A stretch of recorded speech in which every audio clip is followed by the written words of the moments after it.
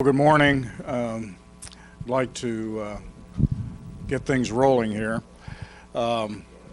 We moved from City Hall out to the city's wastewater treatment plant for actually kind of a groundbreaking ceremony for what is actually we think the largest single capital expenditure the city has made, and that concerns improvements here at the wastewater plant. I know that several of you are new to this subject, so I want to take a few minutes and kind of provide a little bit of background, and then we're going to have Mike Caprella, the Deputy Utilities Director, talk about the way in which the city has approached this project, who our other partners are in this project, and then we're going to also talk about the specifics of what's going to go on here for the next couple of years, actually, as the city progresses this. Back in the before, what you're seeing here on this map is the entire drainage system for the Ottawa River. It's what's called the watershed for the Ottawa River. And you can see on the eastern, or what is your right-hand side of the screen, that the Ottawa River begins over in Hardin County and then comes through Allen County, comes through the city, and then eventually turns north and heads up past Kalida. It actually joins with the Auglaize and then heads into the Maumee. So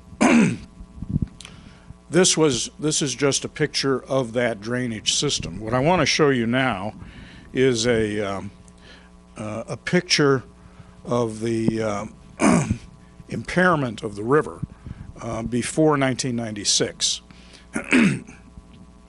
And as you can see, it's color-coded. So the blue color, which is on that portion of the river to the east of, I think it's Thayer Road, was in what's called full attainment, meaning that at one time, before 1996, this blue area here met all the standards that the Environmental Protection Agency had for the river. However, once you got past Thayer Road, again, this was in before 1996, we have various conditions of impairment where certain portions of the river were partially in attainment, but those portions that are red actually were in non-attainment and simply did not meet or come close to meeting the standards for the river. And it was at this time that the city actually was negotiating what was the first long-term control plan for our utility operations with Ohio EPA. And it was around this time that we actually entered into an agreement with Ohio EPA for what at that time were estimated to be improvements that would have cost about $60 million. The next slide I want to show you is in 2010, when we did the last assessment, and this wasn't our City of Lima assessment, this was Ohio EPA was the source of this map, and you can see a really dramatic change in the condition of the river. Essentially, we went from almost all in non-attainment to almost all in attainment, with at least major portions of what remained in partial attainment, and only this piece down here being in non-attainment. And the question is, how did we get there? Well, the city through that first agreement with Ohio EPA, installed a set of screens on our combined sewer overflows. And I want to mention, because again, several of you are new to this subject, combined sewer is a single pipe that goes down the middle of neighborhoods and collects sanitary flows as well as storm flows. So everything in those sewers is in a single pipe. And that kind of system is what was built originally in cities all across certainly the eastern part of the United States and much of the Midwest. 2/3 of the city has that sort of sewer. The northern portion and the western portion has what's called a separated sewer, where you have two pipes, where you separate the sanitary flow from the storm flow. So during a rain event, conceivably, in the separated system, there shouldn't be any impact on the sanitary flow. And during a rain event, essentially all the rain is captured and taken to ditches and other ways of disposing and managing the storm flow. However, in the single pipe, when we have a storm event, Lima has what are called combined sewer overflows, which are relief valves. We have 6 major ones that sit on the Ottawa River. So those single pipes during a rain event open these relief valves, and you have untreated waste that goes, it's been dilute by virtue of the rain, but you do have untreated storm and wastewater going to the river. Now, what the city did between those two slides that I showed you was that in about 2001, 2002, we installed a set of screens on the river, on those in those combined sewer overflows, and those screens remove a huge volume, hundreds of tons of material during a storm from going to the river, and all that washes eventually into the wastewater plant where it's removed. That $6 million improvement accomplished what you saw here. Dramatic improvement in the condition of the river based upon that initial investment. Now, in order for us to go from this to a map that will be entirely blue, rather than spending $6 million, we have now signed up to spend $150 million. A huge, huge investment in order to accomplish the last portion of the cleanup for the river. And we have been, for the last couple of years, doing what are called early action projects under our NPDES permit with Ohio EPA. And we're now ready to actually move to what is now the next major piece of that, which are improvements here at the wastewater plant itself, which is going to basically take the ability of this plant to produce or to treat water, storm flows and sanitary, from about 50 million gallons a day to about 70 million gallons a day. And in order to do that, we're going to be spending about $27 million. So, for the details on that, we now want to ask Mike Caprella to come up, talk about it, and introduce our various partners, because we're approaching this in a way that's much different than how the city has contracted these projects in the past. Mike. Thanks, Mayor. So Mayor alluded to, we're getting ready now, or actually we've kicked off the project here at the wastewater plant, as we term the Headworks Project, and we're spending a little over $27 million on that out of the $150 that we have to spend for our consent decree. So this is a large bite of the apple, I guess, right here.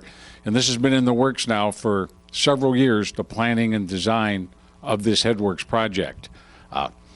in just a few minutes, I'm going to have the plant superintendent here, Russ Bales, tell you kind of some details about it. I'm just going to talk about the process we got into to get this far. We're going to increase the capacity of this plant, as the mayor said, from about 45 to 50 million a day up to 70 million gallons a day.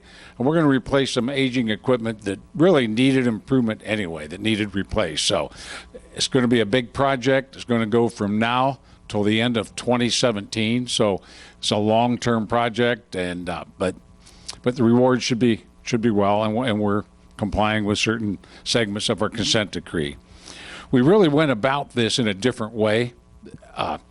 When we get into normal way we would do a project is we select a design engineer. They design the project. We put it out for bid. We'd award it to the lowest best bidder.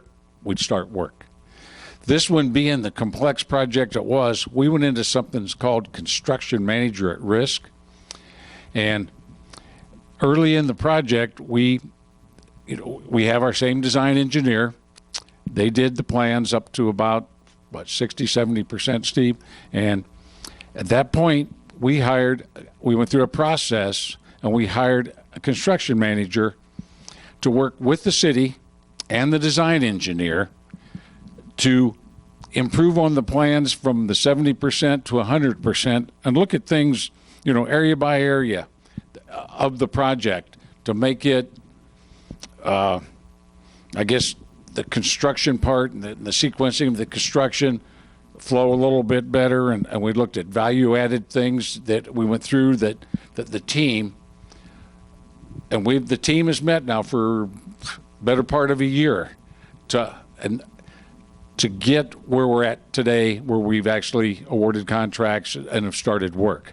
The team consisted of a group from the city, the wastewater people here, our IT people, and some administrators. When we first went into it, we had the city auditor and the city finance director on the team all through the selection process.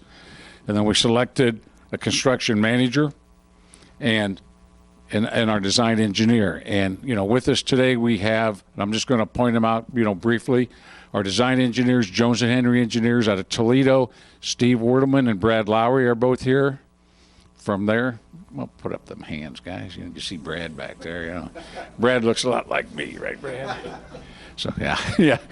And our construction manager consists of a team from Peterson, AECom. I keep wanting to say Peterson URS because when we first went into this, they were called Peterson URS. URS is now AECom. It's an engineering firm. And we have Mike Fritchie, Bill Johngrass, and Greg Odie from our construction manager team. And we have Brandon from CCI, Commerce Control. They're our IT integrator that's on this. That's a very important part of it. The computer and the operation of the system is a big component besides just the buildings and stuff we're going to do. Again, we went through this process. We're where we're at now, and I'm going to let Russ Bales come up here and just briefly, Russ, do. Matt, you want to? Where are we at on? Where we're at on the screen? Okay, we're going to just put a screen up here, and Russ will just kind of tell you what we're going to do here at the plant. When he finishes, we're going to go outside and we're going to do a groundbreaking. So everybody's welcome to come out there, and we'll find a non-muddy spot. The water's only up to your knees and not to your waist like it was a couple of days ago. So things are okay. Russ, you want to come up here and take it away?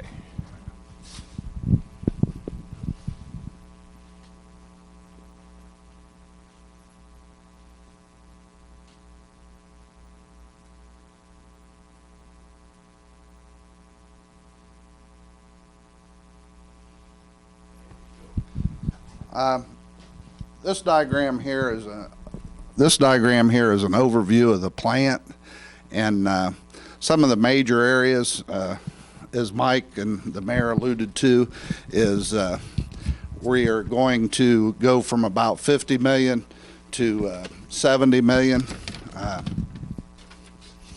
at the plant.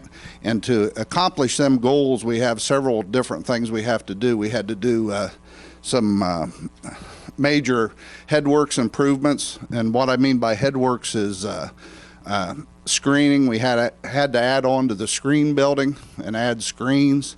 Our grit removal system was aging and wasn't removing the amount of grit. We couldn't remove it at the higher flows efficiently, so we had to add aerated grit as opposed to the old detritus. And also our primaries here, the 4 primaries, they'll be removed. Primaries 1 and 2 were actually built in 1930, and the new ones we will be building will be bigger and also deeper, and they'll meet all the 10 state requirements that are required, and also we'll be able to bring in the flow from the 50 to 70 million. Will actually have increased capacity. So by doing this, it'll decrease our overflows in the combined sewer overflow system that the mayor talked about. The nitrification towers in the back end of the plant, they're going to be retrofitted or repurposed into secondary treatment. So the advantage of that, we'll have biological treatment, secondary treatment for all flows up to 70 million. So that's a good point. New chlorine disinfection and neutralization facility. We'll have enhanced facilities for the neutralization and disinfection of the flows. And another thing that we are going to do is replacement of the plant PLCs and the radio at the plant. And some of them PLCs are dated and obsolete, really. So, and also the replacement and upgrade of 30 lift station and regulator structure radios and communication devices. So that's the major improvements we're making, and like I said, it all relates back to taking more flow at the plant and reducing the CSO volumes overflowing into the river to meet our consent decree and long-term control plan. So. Thanks, Russ. That was a very brief overview, but you're welcome afterwards to go around the plant, and Russ will take you and show you anything you want if you haven't been here before. Steve, do you guys have anything to say, as being the design engineer on the project, how you think it went? You're more than welcome to come out and put you on the spot. Yeah. This guy has never been short of words ever, so, you know, that's right, so. Thanks, Mike. Well, we're certainly proud to be part of the team here and the project that went on. We think it was an innovative approach and one that really optimized the design by including the construction manager at the beginning. So this, because of the complexity of this project, that we think it really helped. The challenge is you still got to treat sewage while you're doing all this construction. So things have to be taken out in proper sequence. So that, having the CM team involved and the plant staff, you know, we spent a lot of hours in this room working through those details so that we maximize the flow, get the construction done as efficiently as possible. So I think it was a very good process. So Jones & Henry's been involved with the city here since 1930. Some of those tanks that are being torn out was our original design. So in some ways we're losing our baby, but we're bidding in something better and more up to date. So thanks, Mike. Thank you. Okay, from the construction manager standpoint, Mike, you've got any comments? You want Bill to come up? I knew who you was going to, but I was going to put you on the spot. As long as you don't bring Greg up here, we're all right. So yeah. Thanks, Mike. Just to echo Jones & Henry's comments, having the opportunity as the construction manager to get involved during design instead of it being a traditional design bid build, I think is going to make all the difference in how we approach the work during construction. We had a great working relationship with Jones & Henry and the city through the pre-construction phase, which went on for every bit of a year. So we're looking forward to getting started and having a successful project and allowing this plant to go on for decades to come. Thanks.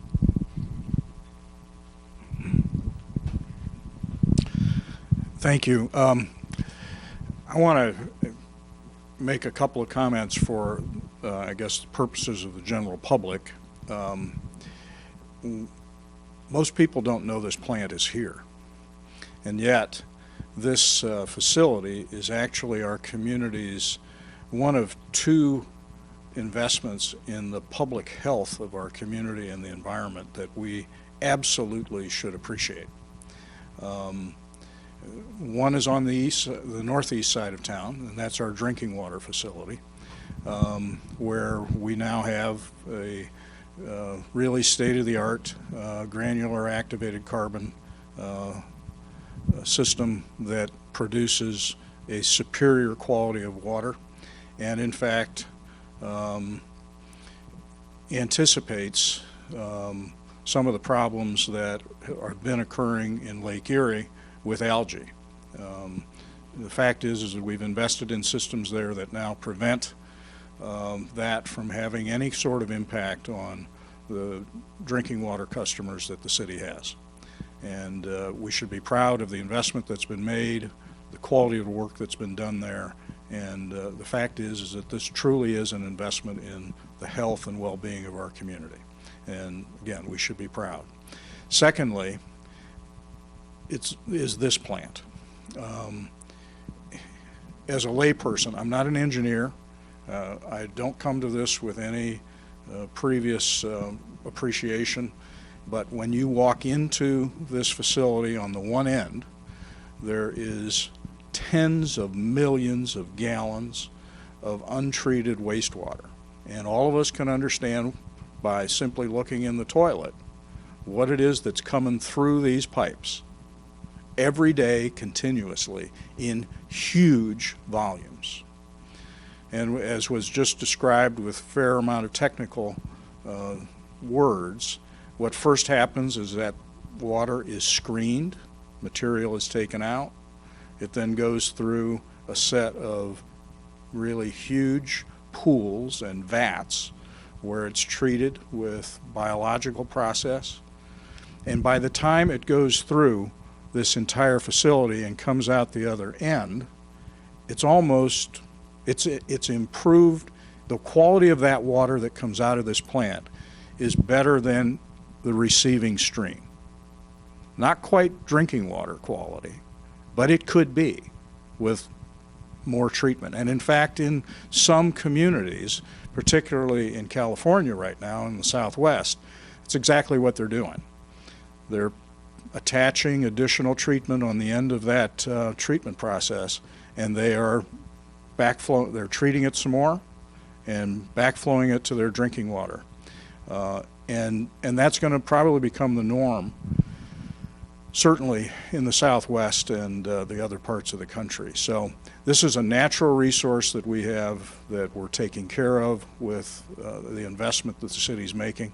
I think, again, it's a huge investment, a huge obligation the city has now taken on, and we think that by doing the work that's going to be done here, a much better river environment, aquatic life, overall habitat for wildlife will take place, and appreciate everybody's investment in this. It's a creative process that I think will get us optimized value for the investment that's being made on behalf of the city. So, any other comments, questions?